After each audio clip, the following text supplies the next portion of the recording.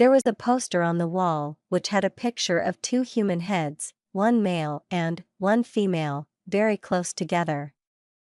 It had the words, Roman holiday on it. Other words, too, words like Gregory Peck and Audrey Hepburn and Paramount Pictures. There was a photograph on top of a wooden cuboid piece of furniture. A photograph is basically a two-dimensional, non-moving holograph catering only to the sense of sight. This photograph was inside a rectangle of steel, a photograph of Andrew and Isabel. They were younger, their skins more radiant and unwithered. Isabel looked happy because she was smiling, and a smile is a signifier of human happiness.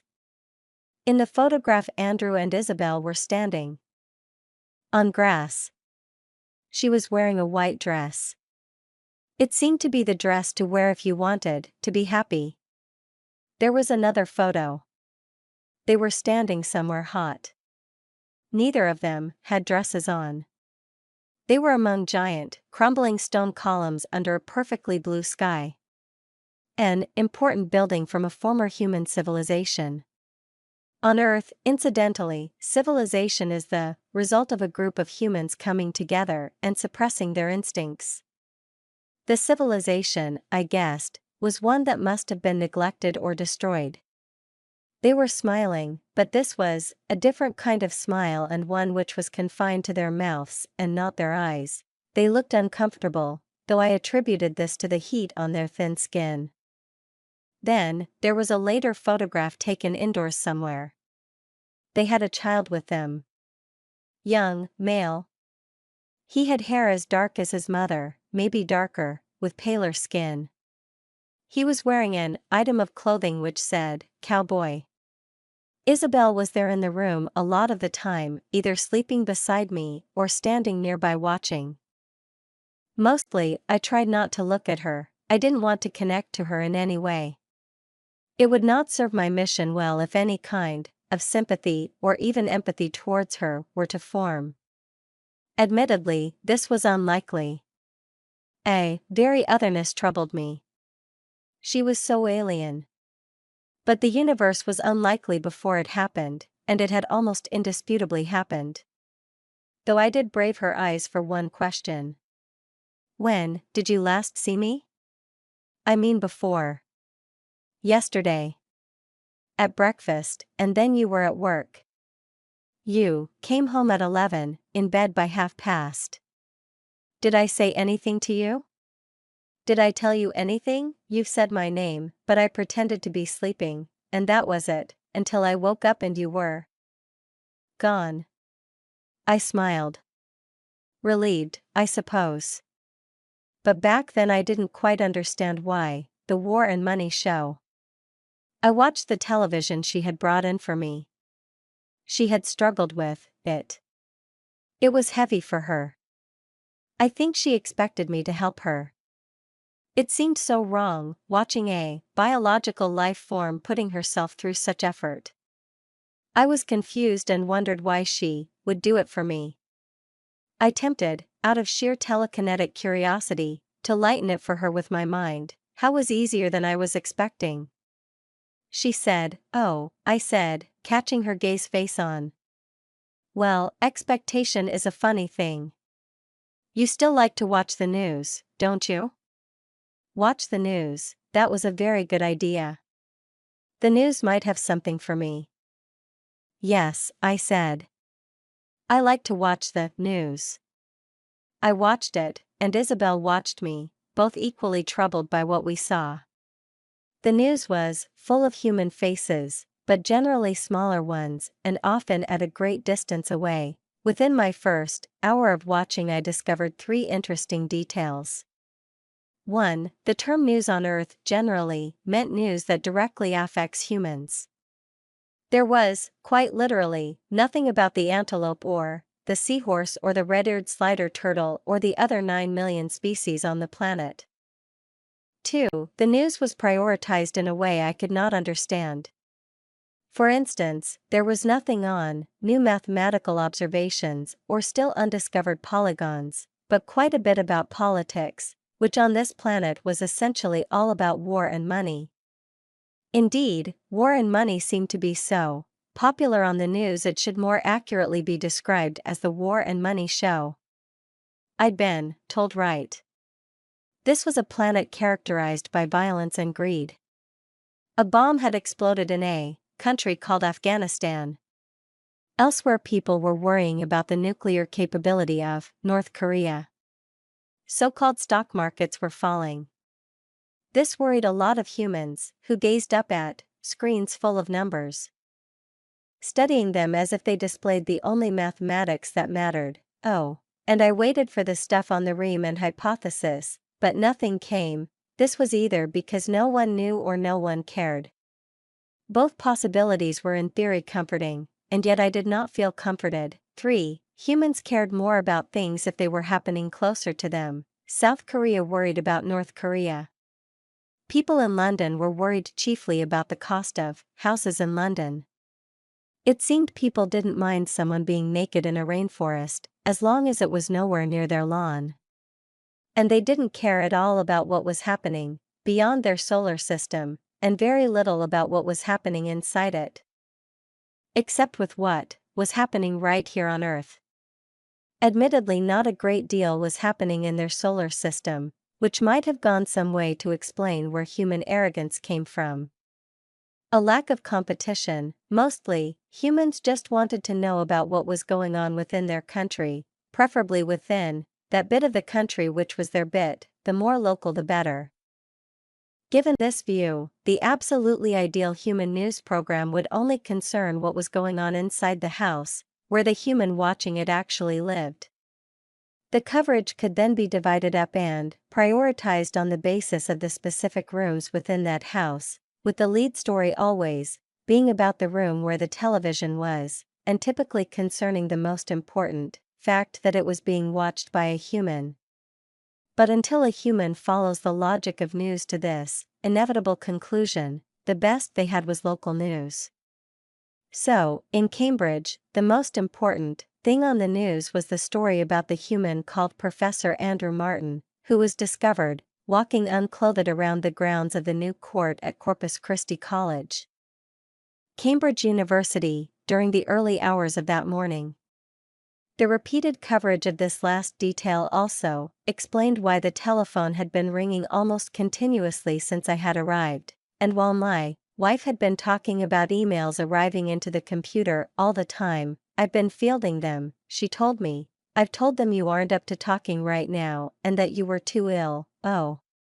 She sat on the bed, stroked my hand some more, my skin crawled, a part of me wished I could just end her right there. But there was a sequence, and it had to be followed.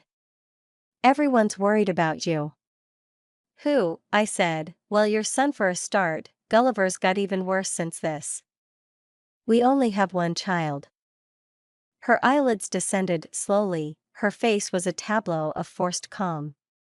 "You know we do, and I really don't understand how you left, without a brain scan." "They decided I didn't need one. It was quite easy." I tried to eat a bit of the food she'd placed by the side of the bed, something called a cheese sandwich, another thing humans had to thank cows for. It was bad, but edible. "Why did you make me this?" I asked. "I'm looking after you," she said. A moment's confusion. It was slow to compute. But then I realized where we were used to service technology. Humans had each other. "But what's in it for you?" She laughed. "That question's been a constant our whole marriage." "Why?" I said. "Has our marriage been a bad one?" She took a deep breath, as if the question was something she had to swim under. "Just eat your sandwich, Andrew, a stranger." I ate my sandwich. Then I thought of something else. "Is that normal? To have just one child, I mean." "It's about the only thing that is right now." She scratched a little bit at her hand, just a tiny bit. But it still made me think of that woman, Zoe, the mental hospital, with the scars on her arms and the violent boyfriends and the head full of falafel. She was a little bit of a problem. There was a long silence. I was accustomed to silence, having lived alone most of my life. But somehow this silence was a different kind. It was kind you needed to break, thank you, I said. For the sandwich. I liked it. The bread, anyway. I didn't honestly know why I said this, as I hadn't enjoyed the sandwich. And yet it was the first time in my life I had anything. She smiled. Don't get used to it, Emperor, and then she patted her hand on my chest and rested it there. I noticed a shift in her eyebrows, and an extra crease arrived in her forehead. But, Sard, she said, what? Your heart. It feels irregular, like it's hardly beating. She took her hand away, stared at her husband for a moment as if he were a stranger, which, of course he was. I was. Stranger indeed than she could ever know. She looked worried, too, and there was a part of me that resented it, even as I knew fear, of all the emotions, was precisely what she should have been feeling at that moment in time. I have to go to the supermarket, she told me. We've got nothing in. Everything has gone off, right? I said, wondering if I should allow this to happen. I supposed I had to. There was a special sequence to follow, and the start of that sequence was at Fitzwilliam College, in Professor Andrew Martin's office. If Isabel left the house, then I could leave the house, too, without prompting any suspicion. All right, I said. But remember, you've got to stay in bed, okay? Just stay in bed and watch television. Yes, I said. That is what I will do. I will stay in bed and watch television, she nodded, but her forehead remained creased. She left the room, and then she left the house. I got out of bed and stubbed my toe on the doorframe. It hurt. That wasn't weird in itself, I suppose. The weird thing was it stayed hurting. Not a severe pain. I'd only stubbed my toe, after all. But it was a pain which wasn't being fixed. Or not until I walked out of the room and onto the landing, then it faded and disappeared with suspicious speed. Puzzled, I walked back into the bedroom. The pain increased. The closer I got to the television, a woman was talking about the weather, making predictions. I switched the television off, and the ache in the toe immediately disappeared. Strange. The signals must have interfered with the gifts the technology one had inside my left hand. I left the room, vowing in times of crisis never to be anywhere near a television. I went downstairs.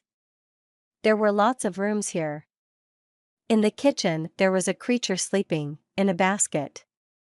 It had 4 legs, and its body was entirely covered with brown and white hair. This was a dog, a male. He stayed lying there with his eyes closed, but growled when I entered the room. I was looking for a computer, but there was no computer in the kitchen. I went into another room, a square room, at the back of the house, which I would soon learn was the sitting room, though most human rooms were sitting rooms, if the truth be told. There was a computer here, and a radio. I switched the radio on first. A man was talking about the films of another man called Werner Herzog.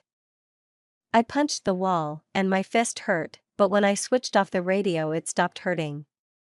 Not just televisions then. The computer was primitive. It had the words MacBook Pro on it, and a keypad full of letters and numbers, and a lot of arrows pointing in every possible direction. It seemed like a metaphor for human existence. A minute or so later, and I was accessing it, searching emails and documents, including nothing on the Riemann hypothesis. I accessed the internet, the prime source for information here. News of what Professor Andrew Martin had proved was nowhere to be found, though details of how to get to Fitzwilliam College were easy to access. Memorizing them, I took the largest batch of keys on the chest in the hallway, and then left the house. During the sequence, most mathematicians would trade their soul with Mephistopheles for a proof of the Riemann hypothesis, Marcus Dustoy. The woman on the television had told me there would be no rain, so I rode Professor Andrew Martin's bicycle to Fitzwilliam College. It was evening now. Isabel would be at the supermarket already, so I knew I didn't have long. It was a Sunday. Apparently this meant the college would be quiet, but I knew I had to be careful. I knew where to go, and, although riding a bicycle was a relatively easy thing to do, I was still a bit confused by the laws of the roads and narrowly escaped accidents a couple of times.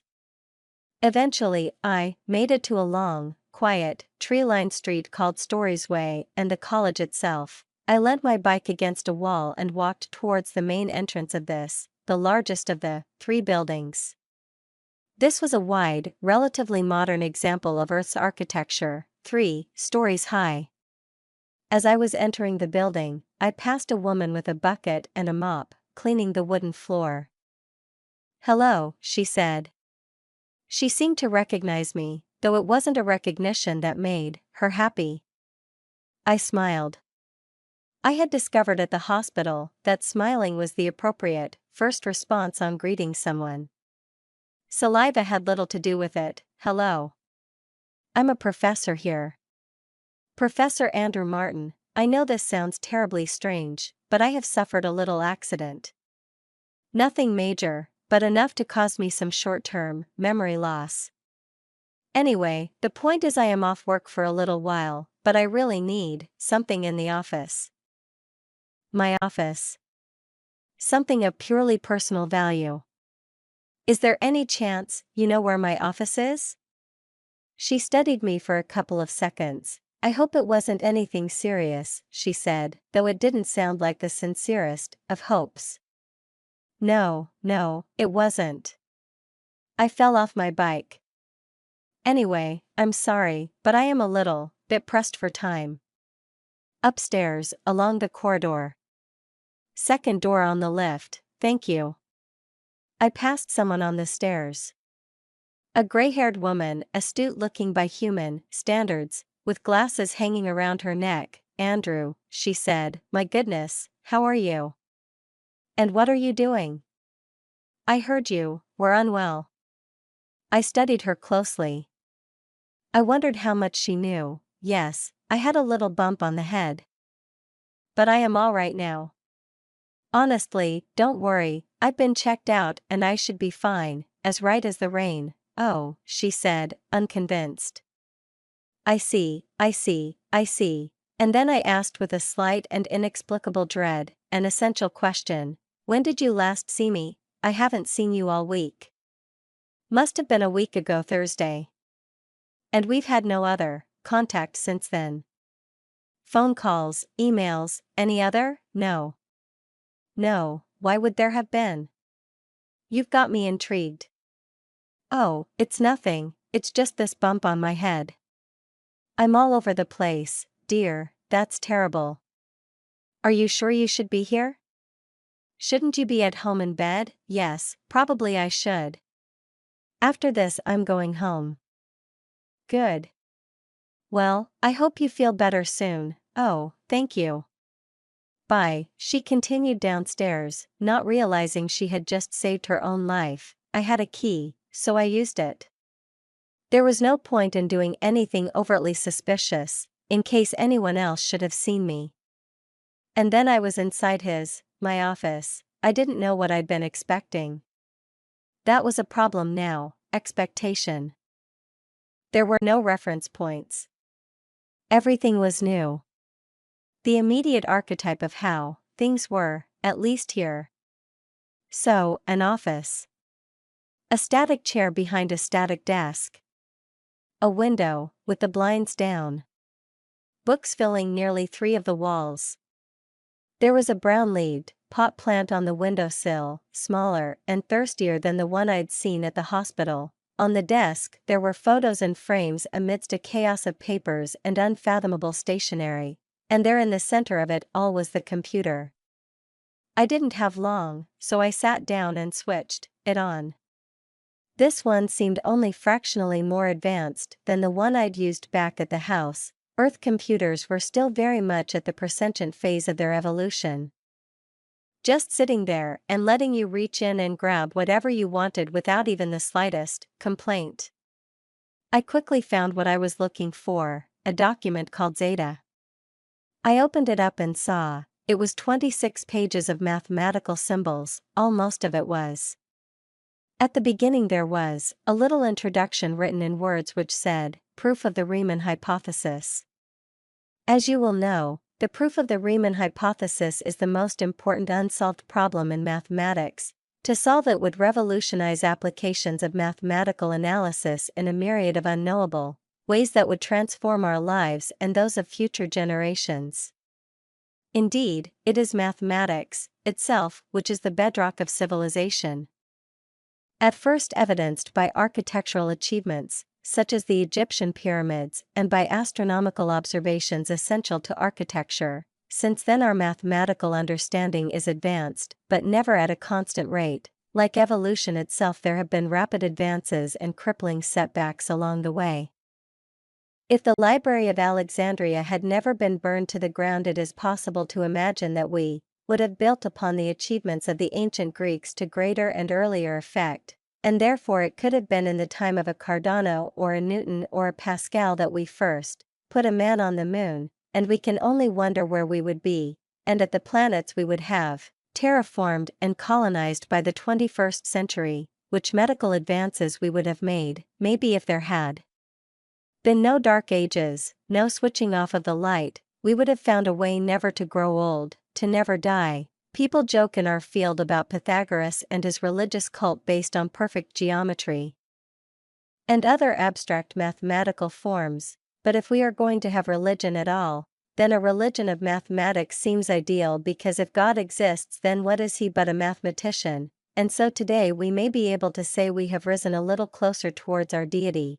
Indeed, potentially we have a chance to turn back the clock and rebuild that ancient library so we can stand on the shoulders of giants that never were.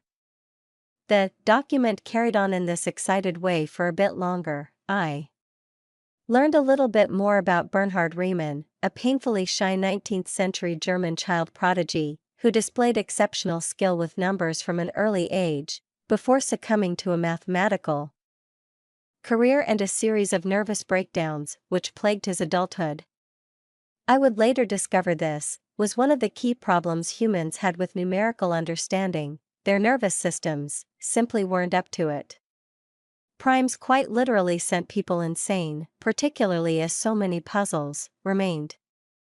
They knew a prime was a whole number that could only be divided by 1 or itself, but after that they hit all kinds of problems.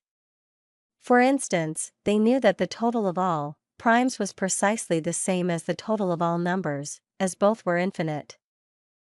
This was for a human a very puzzling fact, as surely there must be more numbers than prime numbers, so impossible was this to come to terms with. Some people, on contemplating it, placed a gun into their mouth, pulled the trigger and blew their brains out.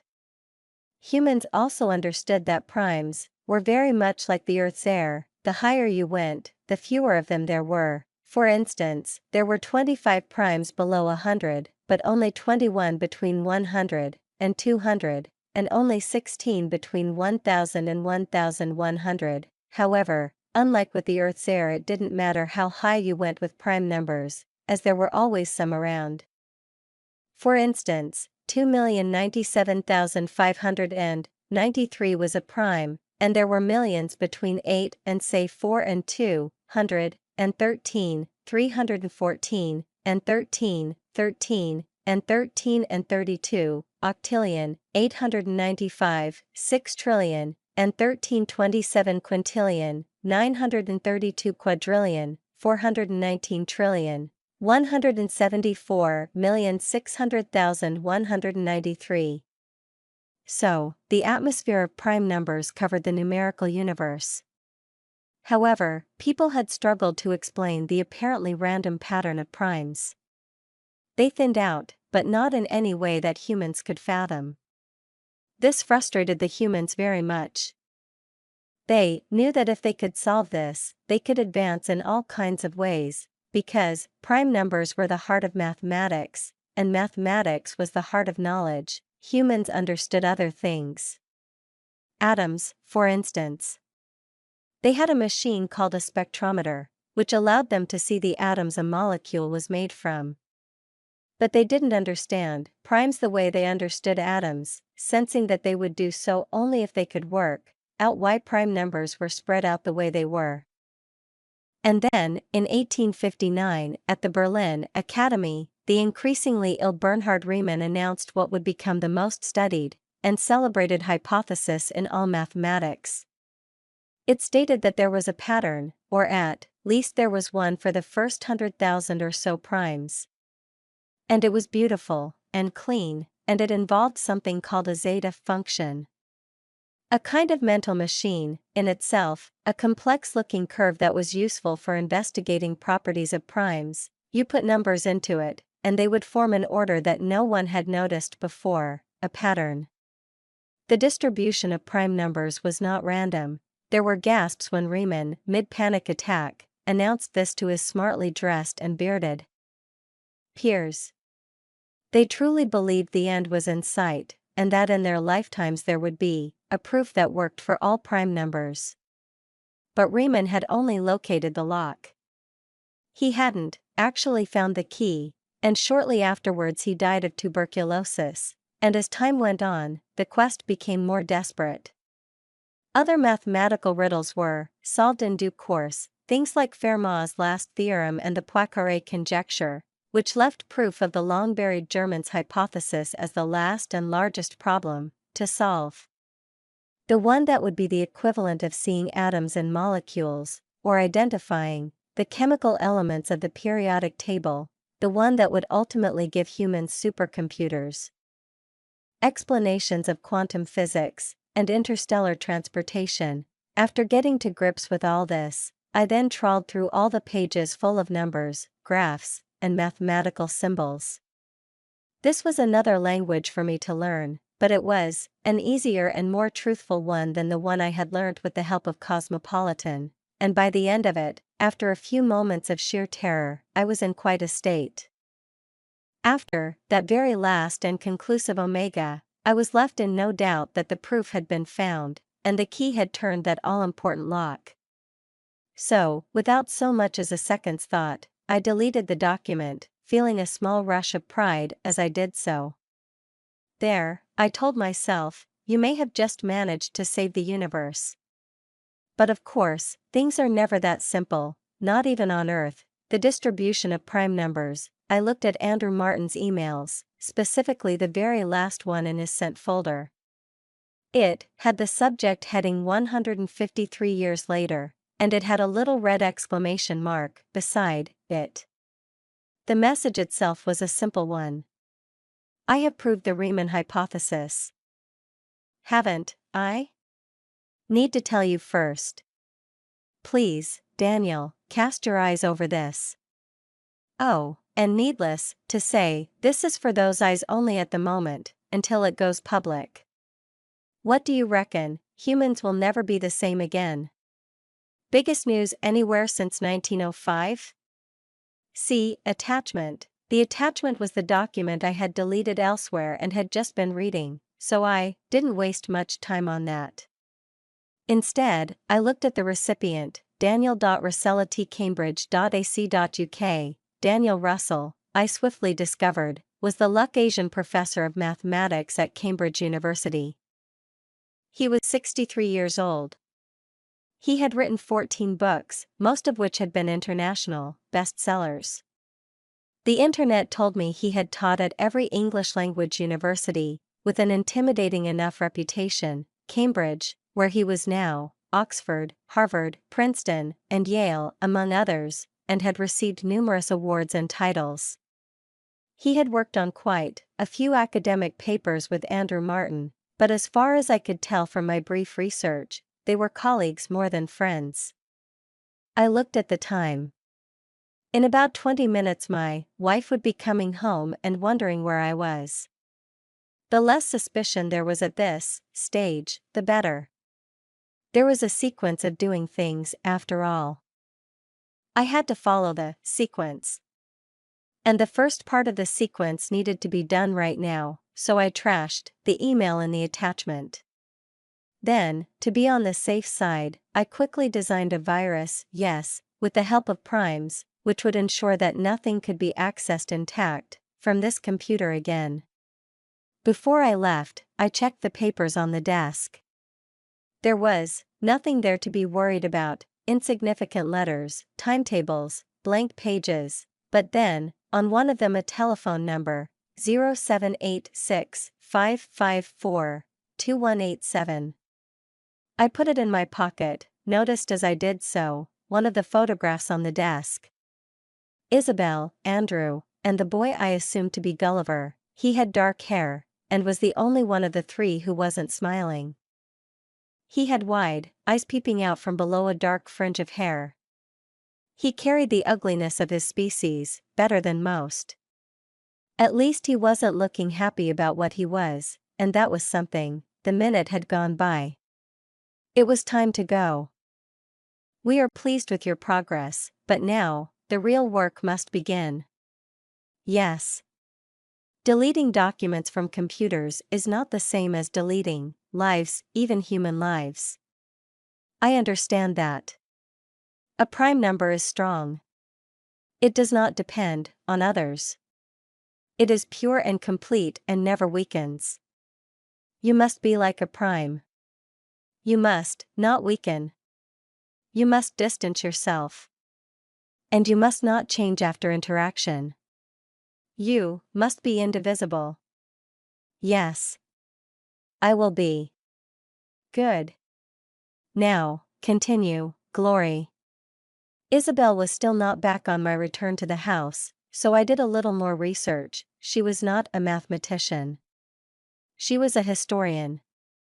On Earth, this was an important distinction, as here history was not yet viewed as a subdivision of mathematics.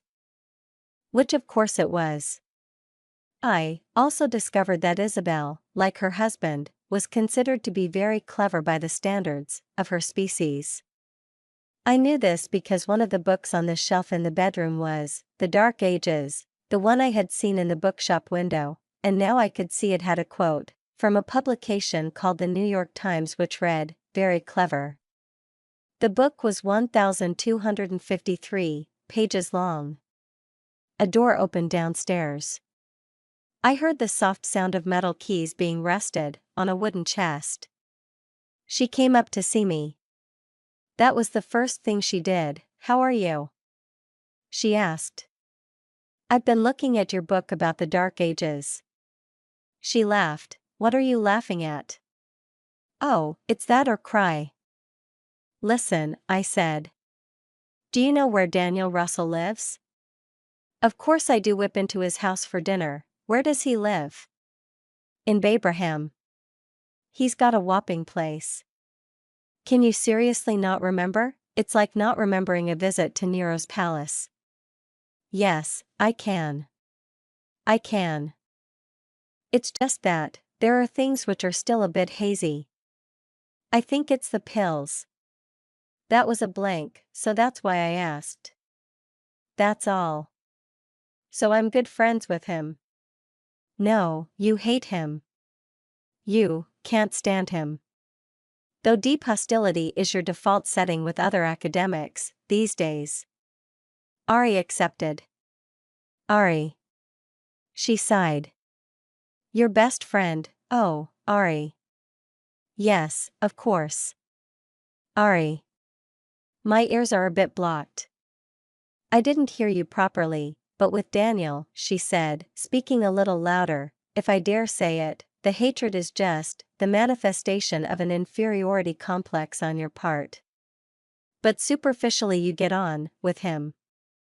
You've even sought his guidance a few times with your prime number stuff, right?" "Okay. My prime number stuff." "Yes. And where am I with that? Where was I when I last spoke to you before?" I felt the urge to ask it outright. Had I proved the Riemann hypothesis? No, you hadn't. At least not that I knew.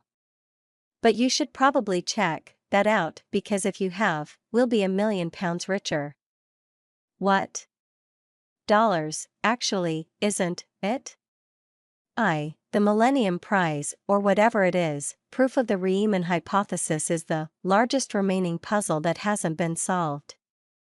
There's an institute in Massachusetts, the other Cambridge, the Clay Institute. You know this stuff backwards, Andrew. You mumble this stuff in your sleep. Absolutely. Backwards and forwards, all the ways. I just need a little reminding. That is all.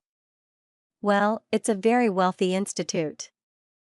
They obviously have a lot of money because they've already given about $10 million away to other mathematicians. Apart from that last guy, the Russian, Grigory something, the one who turned it down for solving the whatever it was conjecture. But $1,000,000 is a lot of money, isn't it? It is. It's a nice amount. So why did he turn it down? How do I know? I don't know. You told me he was a recluse who lives with his mother. There are people in this world who have motives that extend beyond the financial, Andrew. This was genuinely news to me. Are there? Yes, there are. Because, there's this new groundbreaking and controversial theory that money can't buy you happiness. Oh, I said. She laughed, again. She was trying to be funny, I think.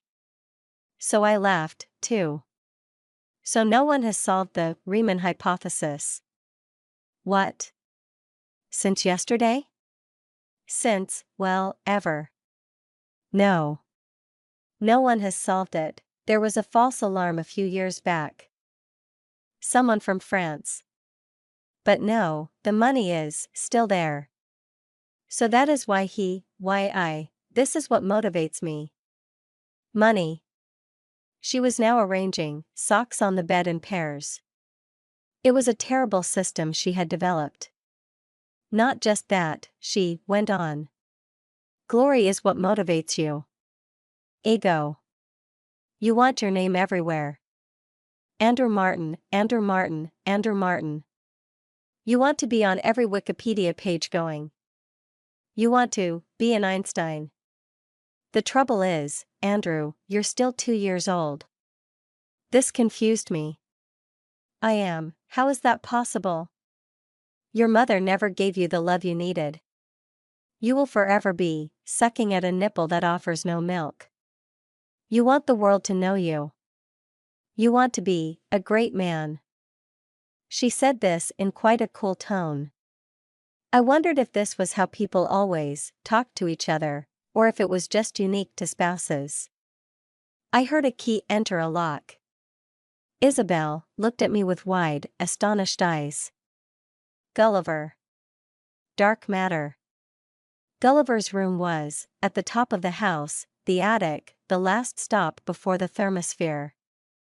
He went straight there, his feet passing the bedroom I was in, with only the slightest pause before climbing the final set of stairs. While Isabel went out to walk the dog, I decided to phone the number on the piece of paper in my pocket. Maybe it was Daniel Russell's number. Hello? Came a voice. Female. Who's this? This is Professor Andrew Martin, I said. The female laughed. Well, hello, Professor Andrew Martin. Who are you? Do you know me? You're on YouTube. Everyone knows you now. You've gone viral. The Naked Professor. Oh. Hey, don't worry about it. Everyone loves an exhibitionist. She spoke slowly, lingering on words as if each one had a taste she didn't want to lose. Please. How do I know you? The question was never answered, because at that precise moment, Gulliver walked into the room and I switched off the phone. Gulliver. My son. The dark-haired boy I had seen in the photographs. He looked, as I had expected, but maybe taller. He was nearly as tall as me. His eyes were shaded by his hair. Hair, by the way, is very important here. Not as important as clothes, obviously, but getting there. To humans, hair is more than just a filamentous biomaterial that happens to grow out of their heads. It carries all kinds of social signifiers, most of which I couldn't translate. His clothes were as black as space, and his t-shirt had the words, "Dark Matter" on them. Maybe this was how certain people communicated via the slogans on their t-shirts. He wore wristbands. His hands were in his pockets, and he seemed uncomfortable, looking at my face. The feeling, then, was mutual. His voice was low, or at least low, by human standards, about the same depth as a Vonadorian humming plant. He came and sat on the bed and tried to be nice at the start, but then at one point he switched to a higher frequency. "Dad, why did you do it?" "I don't know. School is going to be hell now." "Oh. Is that all you can say?" "Oh, are you serious? Is that fucking it?" "No." "Yes, I fucking don't, fucking know, Gulliver." "Well, you've destroyed my life. I'm a joke." It was bad before, ever, since I started there, but now. I wasn't listening. I was thinking about Daniel Russell, and how I desperately needed to phone him. Gulliver noticed I wasn't paying attention. "It doesn't even matter. You never want to talk to me, apart from last night." Gulliver left the room. He slammed the door and let out a kind of growl. He was 15 years old. This meant he belonged to a special subcategory of human called a teenager, the chief characteristics of which were a weakened resistance to gravity, a vocabulary of grunts, a lack of spatial awareness, copious amounts of masturbation, and an unending appetite for cereal. Last night, I got out of bed and headed upstairs to the attic.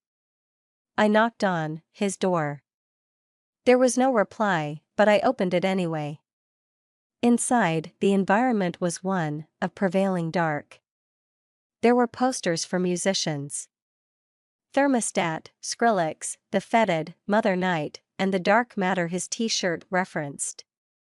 There was a window sloped in line with the ceiling, but the blind was drawn. There was a book on the bed. It was called Ham on Rye by Charles Bukowski. There were clothes on the floor. Together, the room was a data cloud of despair. I sensed he wanted to be put out of his misery one way or another. That would come, of course, but first there would be a few more questions. He didn't hear me enter owing to the audio transmitter he had plugged into his ears, nor did he see me as he was too busy staring at his computer. On the screen there was a still motion image of myself naked walking past one of the university buildings. There was also some writing on the screen. At the top were the words, "Gulliver Martin, you must be so proud." Underneath there were lots of comments. A typical example read, "Hiya. Oh, almost forgot Hiya." I read the name next to that particular post. Who is Theo the fucking business clerk? Gulliver jumped at my voice and turned around. I asked my question again, but didn't receive an answer. "What are you doing?" I asked, purely for research purposes. "Just go away, I want to talk to you." "I want to talk about last night." He turned his back to me. His torso stiffened. "Go away, Dad, no, I want to know what I said to you." He sprang out of his chair, and, as the humans say, stormed over to me. "Just leave me alone, okay? You've never been interested in a single thing about my life, so don't start now." "Why fucking start now?" I watched the back of him in the small circular mirror staring out from the wall like a dull and unblinking eye. After some aggressive pacing, he sat back in his chair, turned to his computer again, and pressed his finger on an odd-looking command device. "I need to know something," I said. "I need to know if you know what I was doing last week at work." Dad, just listen, this is important. Were you still up when I came home, last night? Were you in the house? Were you awake? He mumbled something. I didn't hear what. Only an ipsoid would have heard it. Gulliver, how are you at mathematics? You know how I fucking am at maths. Fucking no, I don't. Not now. That is why I'm fucking asking. Tell me what you fucking know. Nothing. I thought I was using his language, but Gulliver just sat there, staring away from me, with his right leg jerking up and down in slight but rapid movements. My words were having no effect. I thought of the audio transmitter he still had in one ear. Maybe it was sending radio signals. I waited a little while longer and sensed it was time to leave, but as I headed for the door, he said, yeah, I was up, you told me. My heart raced. What? Did I tell you? You being the savior of the human race or something? Anything more specific? Did I go into detail? You proved your precious Rain Man hypothesis. Riemann, the Riemann hypothesis. I told you that fucking did I? Yeah, he said, in the same glum tone. First time you'd spoken to me in a week. Who have you told? What, Dad? I think people are more interested in the fact that you walked around the town, center naked. To be honest, no one's going to care about some equation. But your mother, have you told her? She must have asked you if I'd spoken to you after I'd gone missing. Surely she asked you that. He shrugged. A shrug, I realized, was one of the main modes of communication for teenagers. Yeah, and what did you say? Come on, speak to me, Gulliver. What does she know about it? She turned and looked me straight in the eye. He was frowning, angry, confused. I don't fucking believe you, Dad. Fucking believe? You're the parent, I'm the kid. I'm the one who should be wrapped up in myself, not you. I'm 15 and you're 43. If you are genuinely ill, Dad, then I want to be there for you. But aside from your newfound love of streaking and your weird fucking swearing, you're acting very, very, very much like yourself. Beers and newsflash, you ready? We don't actually care about your prime numbers. We don't care about your precious fucking work or your stupid fucking books or your genius-like brain or your ability to solve the world's greatest outstanding mathematical whatever, because all these things hurt us, hurt you. Maybe the boy was wiser than he looked. What do you mean by that? His eyes stayed on me, his chest rose and fell with visible intensity. Nothing, he said at last, but the answer is no. I didn't tell Mum. I said you said something about work, that's all. I didn't think it was relevant information right then to tell her about your fucking hypothesis, but the money, you know about that. Yeah, of course I do. And you still didn't think it was a big deal. Dad, we have quite a lot of money in the bank. We have one of the biggest houses in Cambridge. I'm probably the richest kid in my school now, but it doesn't amount to shit. It isn't the purse, remember? The purse, that school you spent 20 grand a year on. You've forgotten that. Who the hell are you, Jason Bourne? No, I'm not. You probably forgot I was expelled too. No, I lied. Of course I haven't. I don't think more money's going to save us. I was genuinely confused. This went against everything we were meant to know about the humans. No, I said, you're right, it won't, and besides it was a mistake. I haven't proved the Riemann hypothesis. I think in fact it is unprovable. I thought I had, but I haven't, so there is nothing to tell anyone. At which Gulliver pushed the audio transmission device into his other ear and closed his eyes. He wanted no more of me. Fucking okay, I whispered and left the room. Emily Dickinson.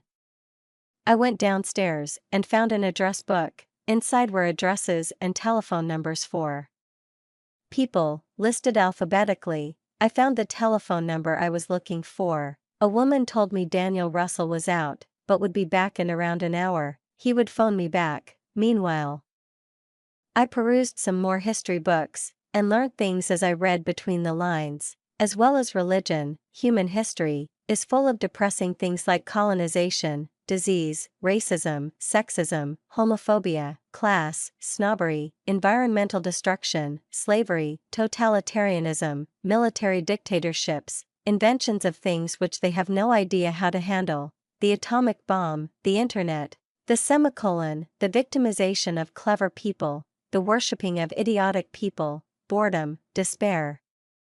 Periodic collapses and catastrophes, within the psychic landscape, and through it all, there has always been some truly awful food. I found a book called The Great American Poets. I believe A Leaf of Grass is no less than the journey work of the stars, wrote someone called Walt Whitman. It was an obvious point, but something about it was quite beautiful. In the same book, there were words written by another poet. The poet was Emily Dickinson. The words were these: "How happy is the little stone that rambles in the road alone, and doesn't care about careers and exigencies, never fears. Whose coat of elemental brown a passing universe put on, and independent as the sun associates or glows alone, fulfilling absolute decree in casual simplicity, fulfilling absolute decree." I thought, why do these words trouble me? The dog growled at me. I turned the page and found more unlikely wisdom. I read the words aloud to myself. The soul should always stand ajar, ready to welcome the ecstatic experience. "You're out of bed," said Isabel. "Yes," I said. To be a human is to state the obvious repeatedly, over and over, until the end of time. "You need to eat," she added, after studying my face. "Yes," I said. She got out some ingredients. Gulliver walked past the doorway. "Gull, where are you going?" "I'm making dinner." The boy said nothing as he left. The slam of the door almost shook the house. "I'm worried about him," said Isabel. As she worried, I studied the ingredients on the worktop, mainly green vegetation, but then something else, chicken breast. I thought about this, and I kept thinking, the breast of a chicken, the breast of a chicken, the breast of a chicken, that looks like meat, I said. "I'm going to make a stir fry with that." "Yes, the breast of a chicken, yes, Andrew. Or are you vegetarian now?" The dog was in his basket. It went by the name of Newton. It was still growling at me. "What about the dog's breasts? Are we going to eat those too?" "No," she said, with resignation. I was testing her. "Is a dog more intelligent than a chicken?" "Yes," she said. She closed her eyes. "I don't know. No, I haven't got time for this. Anyway, you're the big meat eater." I was uncomfortable. I would rather not eat the chicken's breasts. Isabel now clenched her eyes closed. She inhaled deeply. "Give me strength," she whispered. I could have done so, of course. But I needed what strength I had right now. Isabel handed me my diazepam. "Have you taken one lately?" "No, you probably should." So I humored her. I unscrewed the cap and placed a pill on my palm. These ones looked like word capsules, as green as knowledge. I popped a tablet in my mouth. "Be careful, dishwasher." I ate the vegetable stir-fry. It smelt like Bazadine body waste. I tried not to look at it, so I looked at Isabel instead. It was the first time that looking at a human face was the easiest option, but I did need to eat, so I ate. "When you spoke to Gulliver about me going missing, did he say anything to you?" "Yes," she said. "What was it that he said?" "That you came in about 11, and that you'd gone into the living room where he was watching TV. And that you'd told him that you were sorry you were late, but you'd been finishing something off at work. Was that it?" There was nothing more specific. "No? What do you think you meant by that?" "I mean, what I meant by that. I don't know. But I have to say, you coming home and being friendly to Gulliver, that's already out of character." "Why? Don't I like him?" "Not since 2 years ago. No, pains me to say it. But you don't act very much like you do. 2 years ago, since he got expelled from Perse for starting a fire." "Oh, yes, the fire incident. I want you to start making an effort with him." Afterwards, I followed Isabel into the kitchen, putting my plate and cutlery in the dishwasher. I was noticing more things about her. At first, I had just seen her as generically human, but now I was appreciating the details, picking up things I hadn't noticed, differences between her and the others. She was wearing a cardigan and blue trousers known as jeans. Her long neck was decorated with a thin necklace, made out of silver. Her eyes stared deep into things as though she was continually searching for something that wasn't there, or as if it was there, but just out of sight. It was as though everything had a depth, an internal distance to it. how are you feeling? She asked. She seemed worried about something. I feel fine. I only ask because you're loading the dishwasher. Because that's what you are doing, Andrew. You never load the dishwasher. You are, and I mean this in the least offensive way possible, something of a domestic primitive. Why don't mathematicians load dishwashers? In this house, she said sadly. No, actually, no, they don't. Oh, yes, I know, obviously. I just fancied helping today. I help sometimes. Now we're on to fractions. She looked at my jumper. There was a bit of noodle resting on the blue wool. She picked it off and stroked the fabric where it had been. She smiled quickly. She cared about me. She had a reservation, but she cared. I didn't want her to care about me. It wouldn't help things. She placed her hand through my hair to tidy it a bit. To my surprise, I wasn't flinching. Einstein's chic is one thing, but this is ridiculous, she said softly. I smiled like I understood. She smiled too, but it was a smile on top of something else. As if she was wearing a mask and there was a near identical, but less smiling face underneath. It's almost like an alien clone is in my kitchen. Almost, I said. Yes. It was then that the telephone rang. Isabel went to answer it, and a moment later came back into the kitchen holding out the receiver. It's for you, she said, in a suddenly serious voice. Her eyes were wide, trying to convey a silent message. I didn't quite understand. Hello, I said. There was a long pause, the sound of breath, and then a voice on the next exhalation.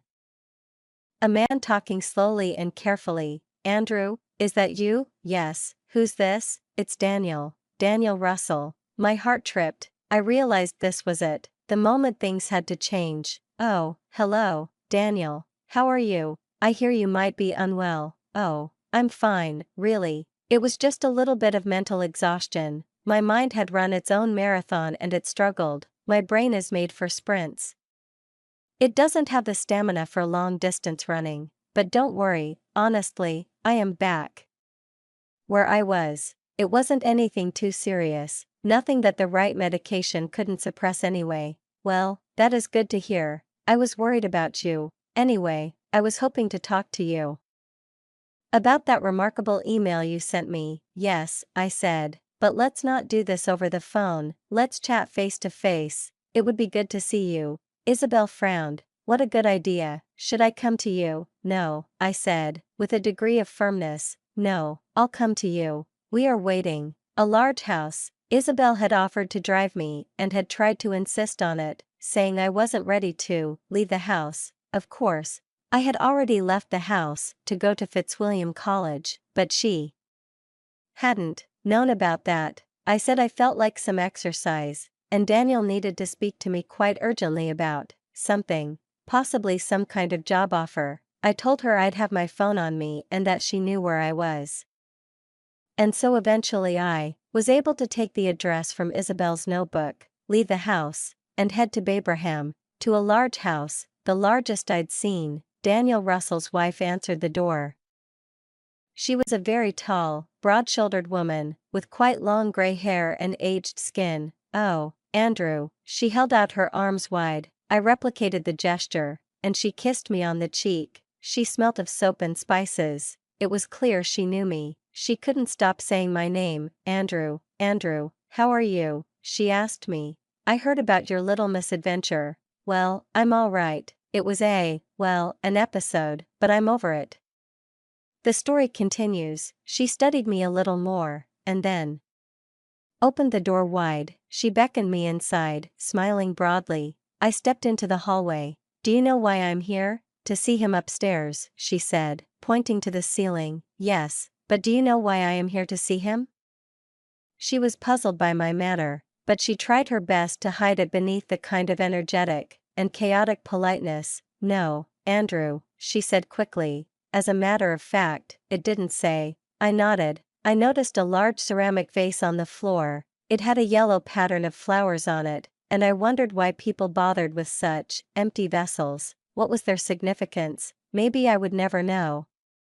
We passed a room with a sofa and a television and bookcases, and dark red walls, blood colored. Do you want a coffee? fruit juice. We've acquired a taste for pomegranate juice. The Daniel believes antioxidants are a marketing ploy. I would like a water if that's okay. We were in the kitchen now. It was about twice the size of Andrew Martin's kitchen, but it was so cluttered it felt no bigger. There were saucepans hanging above my head. There was an envelope on the unit addressed to Daniel and Tabitha Russell. Tabitha poured me water from a jug.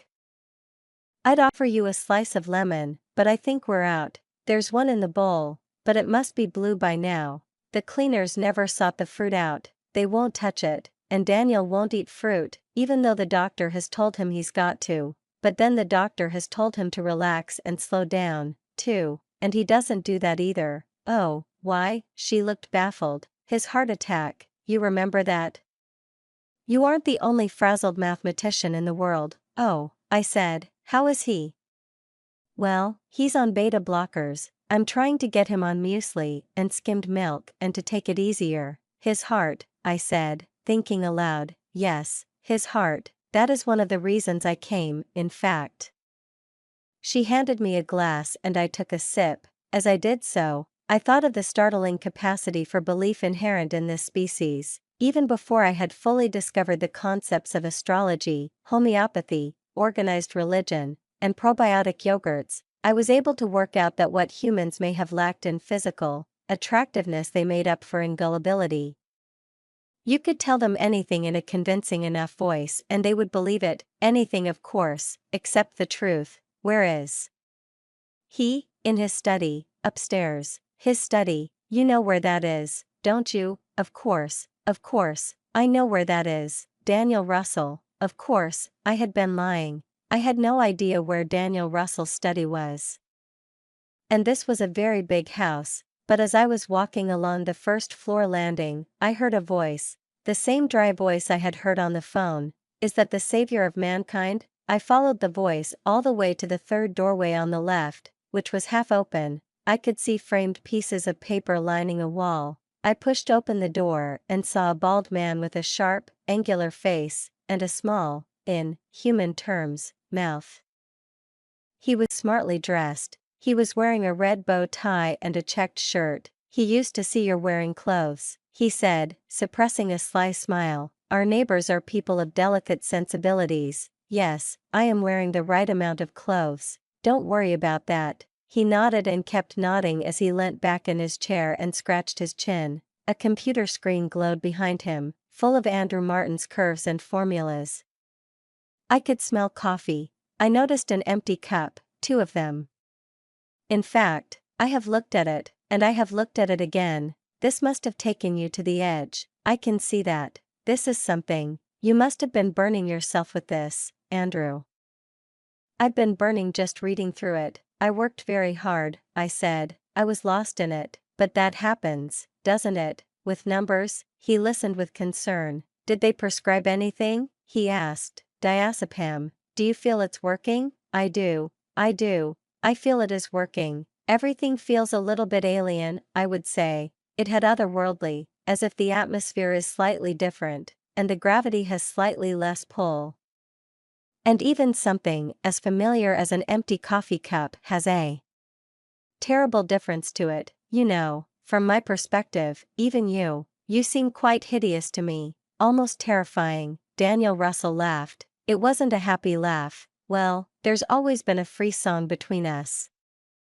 But I always put that down to academic rivalry, part of the course. We're not geographers or biologists, we're numbers, men. We mathematicians have always been like that. Look at that miserable bastard Isaac Newton. I named my dog after him. So you did, but listen, Andrew, this isn't a moment to nudge you to the curb, this is a moment to slap you on the back. We were wasting time. Have you told anyone about this? He shook his head. No, of course not. Andrew, this is yours. You can publicize this how you want, though I would probably advise you, as a friend, to wait a little while, at least a week or so, until all this unwelcome stuff about your little corpus incident has died down. Is mathematics less interesting for humans than nudity? It tends to be. Andrew, yes. Listen, go home. Take it easy this week. I'll put a word in with Diane at Fitz and explain that you will be fine, but you may need some time off. I'm sure she'll be pretty flexible. The students are going to be tricky on your first day back. You need to build your strength up, rest a while. Come on, Andrew, go home. I could smell the foul scent of coffee getting stronger. I looked around at all the certificates on the wall and felt thankful to come from a place where personal success was meaningless. Home, I said. Do you know where that is? Of course I do, Andrew.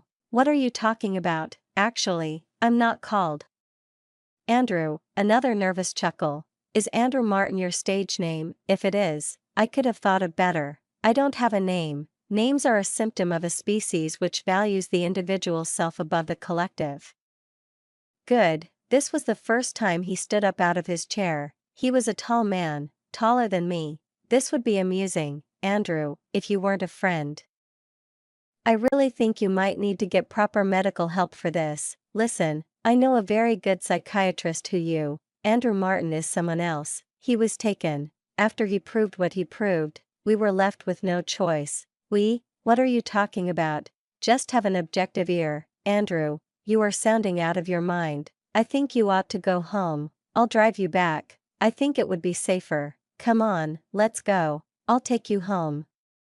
Back to your family. He held out his right arm, gesturing towards the door. But I wasn't going anywhere. The pain. You said you wanted to slap my back. You frowned. Above the frown, the skin covering the top of his skull shone. I stared at it, at the shine. What? You wanted to slap my back? That is what you said, so why not? What? Slap my back. Then I will go. Andrew, slap my back. He exhaled slowly. His eyes were the midpoint between concern and fear. I turned, gave him my back, waited for the hand, then waited some more. Then it came. He slapped my back. On that first contact, even with clothes between us, I made the reading. Then when I turned for less than a second, my face wasn't Andrew Martin's, it was mine. What the? He lurched backwards, bumping into his desk. I was to his eyes Andrew Martin again, but he had seen what he had seen. I only had a second before he would begin screaming.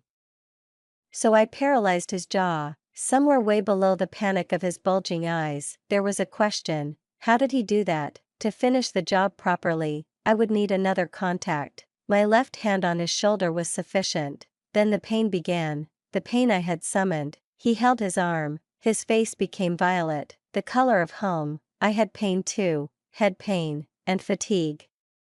But I walked past him as he dropped his knees and deleted the email and the attachment. I checked his sent folder, but there was nothing suspicious. I stepped out onto the landing. Tabitha, call an ambulance, quick. I think Daniel is having a heart attack. Egypt. Less than a minute later she was upstairs, on the phone, her face full of panic as she knelt down, trying to push a pill, an aspirin, into her husband's mouth. His mouth went open. Daniel, open your mouth. Darling, oh my God, darling, open your mouth. And then to the phone. Yes. I told you the Hollies. Yes, Chaucer Road. He's dying. She managed to cram inside her husband's mouth a piece of the pill, which bubbled into foam and dribbled onto the carpet. Her husband was saying desperately. I stood there watching him. His eyes stayed wide open, ellipsoid wide, as if saying, in the world was a simple matter of forcing yourself to see. Daniel, it's all right, Tabitha was saying, right into his face, an ambulance is on its way. You'll be okay, darling. His eyes were now on me. He jerked in my direction. He was trying to warn his wife. She didn't understand. Tabitha was stroking her husband's hair with a manic tenderness. Daniel, we're going to Egypt. Come on, think of Egypt. We're going to see the pyramids. It's only 2 weeks till we go. Come on, it's going to be beautiful. You've always wanted to go. As I watched her, I felt a strange sensation, a kind of longing for something. A craving. But for what? I had no idea. I was mesmerized by the sight of this human female, crouched over the man whose blood I'd prevented from reaching his heart. You got through it last time and you'll get through it this time. No, I whispered, unheard. No, no, no, he said, gripping his shoulder in infinite pain. I love you, Daniel. His eyes clenched shut now. The pain too much, stay with me. Stay with me. I can't live all alone. His head was on her knee. She kept caressing his face, so this was love. Two life forms in mutual reliance. I was meant to be thinking I was watching weakness, something to scorn. But I wasn't thinking that at all. He stopped making noise. He seemed instantly heavier for her. And the deep, clenched creases around his eyes softened and relaxed. It was done. Tabitha howled as if something had been physically wrenched out of her. I've never heard anything like that sound. It troubled me greatly, I have to say. A cat emerged from the doorway, startled by the noise maybe, but indifferent to the scene in general. It returned back from where it came. No, said Tabitha, over and over. No, no, no. Outside, the ambulance skidded to a halt on the gravel. Blue flashing lights appeared through the window. They're here, I told Tabitha, and went downstairs. It was a strange and overwhelming relief to tread my way down those soft, carpeted stairs, and for those desperate sobs and futile commands to fade away into nothing. Where we are from, I thought about where we, you and I, are from, where we are from. There are no comforting delusions, no religions, no impossible fiction, where we are from. There is no love and no hate. There is the purity of reason. Where we are from. There are no crimes of passion because there is no passion, where we are from. There is no remorse because action has a logical motive and always results in the best outcome for the given situation, where we are from. There are no names, no families living together, no husbands and wives, no sulky teenagers, no madness, where we are from. We have solved the problem of fear because we have solved the problem of death. We will not die. Which means we can't just let the universe do what it wants to do because we will be inside it for eternity. Where we are from, we will never be lying on a luxurious carpet clutching our chest as our faces turn purple and our eyes seek desperately to view our surroundings for one last time. Where we are from. Our technology, created on the back of our supreme and comprehensive knowledge of mathematics, has meant not only that we can travel great distances, but also that we can rearrange our own biological ingredients, renew and replenish them. We are psychologically equipped for such advances. We have never been at war with ourselves. We never place the desires of the individual over the requirements of the collective. Where we are from, we understand that if the human's rate of mathematical advancement exceeds their psychological maturity, then action needs to be taken. For instance, the death of Daniel Russell and the knowledge he held could end up saving many more lives, and so he is a logical and justifiable sacrifice. Where we are from, there are no nightmares, and yet that night, for the very first time in my life, I had a nightmare. A world of dead humans with me, and that indifferent cat walking through a giant carpeted street full of bodies. I was trying to get home, but I couldn't. I was stuck here. I had become one of them, stuck in human form, unable to escape the inevitable fate awaiting all of them. And I was getting hungry and I needed to eat, but I couldn't eat because my mouth was clamped shut. The hunger became extreme. I was starving, wasting away at rapid speed. I went to the garage I had been in that first night and tried to shove food in my mouth, but it was no good. It was still locked from this inexplicable paralysis. I knew I was going to die. How did humans ever stomach the idea? I woke. I was sweating and out of breath. Isabel touched my back. It's all right, she said. As Tabitha had said, it's all right, it's all right, it's all right, the dog and the music. The next day I was alone. Well, no, actually, that's not quite true.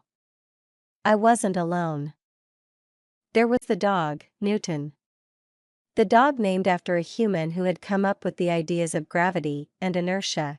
Given the slow speed with which the dog left its basket, I realized the name was a fitting tribute to these discoveries. He was awake now. He was old and he hobbled and he was half blind, he knew who I was. Or who I wasn't. And he growled whenever he was near me.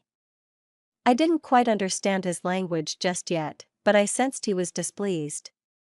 He showed his teeth, but I could tell years of subservience to his bipedal owners meant the very fact that I was standing up was enough for me to command a certain degree of respect. I felt sick. I put this down to the new air I was breathing. But each time I closed my eyes, I saw Daniel Russell's anguished face as he lay on the carpet. I also had a headache, but that was the lingering after effect of the energy I had exerted yesterday. I knew life was going to be easier during my short stay here if Newton was on my side. He might have information, have picked up on signals, heard things. And I knew there was one rule that held fast across the universe: if you wanted to get someone on your side, what you really had to do was relieve their pain. It seems ridiculous now, such logic. But the truth was even more ridiculous and too dangerous to acknowledge to myself, that after the need to hurt, I felt an urge to heal. So I went over and gave him a biscuit. And then after giving him the biscuit, I gave him sight, and then as I stroked his hind leg, he whimpered words into my ear I couldn't quite translate. I healed him, giving myself not only an even more intense headache, but also wave upon wave of fatigue in the process. Indeed, so exhausted was I that I fell asleep on the kitchen floor. When I woke up, I was coated in dog saliva. Newton's tongue was still at it, licking me with considerable enthusiasm. Licking, licking, licking, as though the meaning of canine existence was something just beneath my skin. Could you please stop that? I said. But he couldn't. Not until I stood up.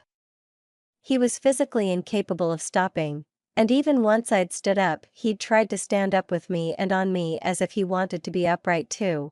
It was then I realized the one thing worse than having a dog hate you is having a dog love you. Seriously, if there was a needier species in the universe, I had yet to meet it. Get away, I told him. I don't want your love. I went to the living room and sat down on the sofa. I needed to think, would Daniel Russell's death be viewed by the humans as suspicious?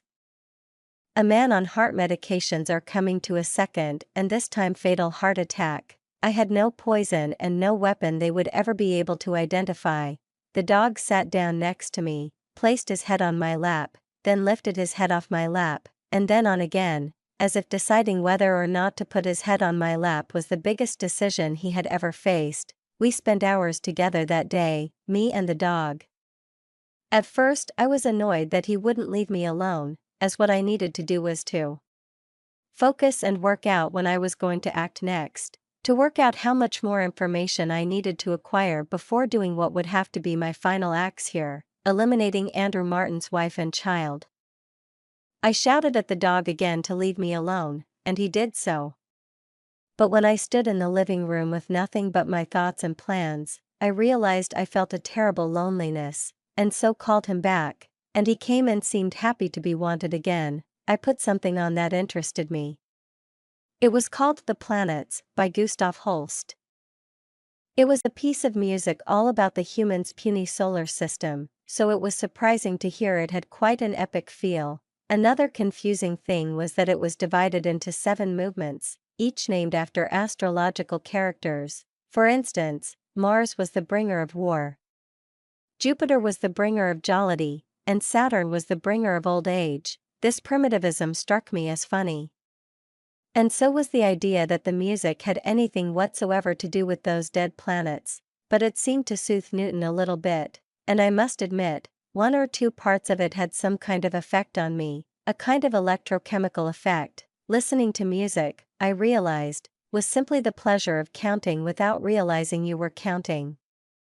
As the electrical impulses were transported from the neurons in my ear through my body, I felt, I don't know, calm. It made that strange unease that had been with me since I had watched Daniel Russell die on his carpet settle a little. As we listened, I tried to work out why Newton and his species were so enamored of humans. Tell me, I said, what is it about the humans? Newton laughed, or as close as a dog can get to laughing, which is pretty close. I persisted with my line of inquiry. Go on, I said, spill the beans. He seemed a bit coy. I don't think he really had an answer. Maybe he hadn't reached his verdict, or he was too loyal to be truthful. I put on some different music. I played the music of someone called Ennio Morricone. I played an album called Space Oddity by David Bowie, which, in its simple, patent measure of time, was actually quite enjoyable, as was Moon Safari by Air, though that shed a little light on the moon itself. I played A Love Supreme by John Coltrane and Blue Monk by Thelonious Monk. This was jazz music. It was full of the complexity and contradictions that I would soon learn made humans human. I listened to Rhapsody in Blue by George Gershwin and Moonlight Sonata by Ludwig van Beethoven and Brahms into Mezzo Opus 117. I listened to the Beatles, the Beach Boys, the Rolling Stones, Daft Punk, Prince, Talking Heads, Al Green, Tom Waits, Mozart. I was intrigued to discover the sounds that could make it onto music. The strange talking radio voice on I Am the Walrus by the Beatles, the cough at the beginning of Prince's Raspberry Berry, and at the end of Tom Waits' songs. Maybe that is what beauty was for humans. Accidents, imperfections placed inside a pretty patent, a symmetry.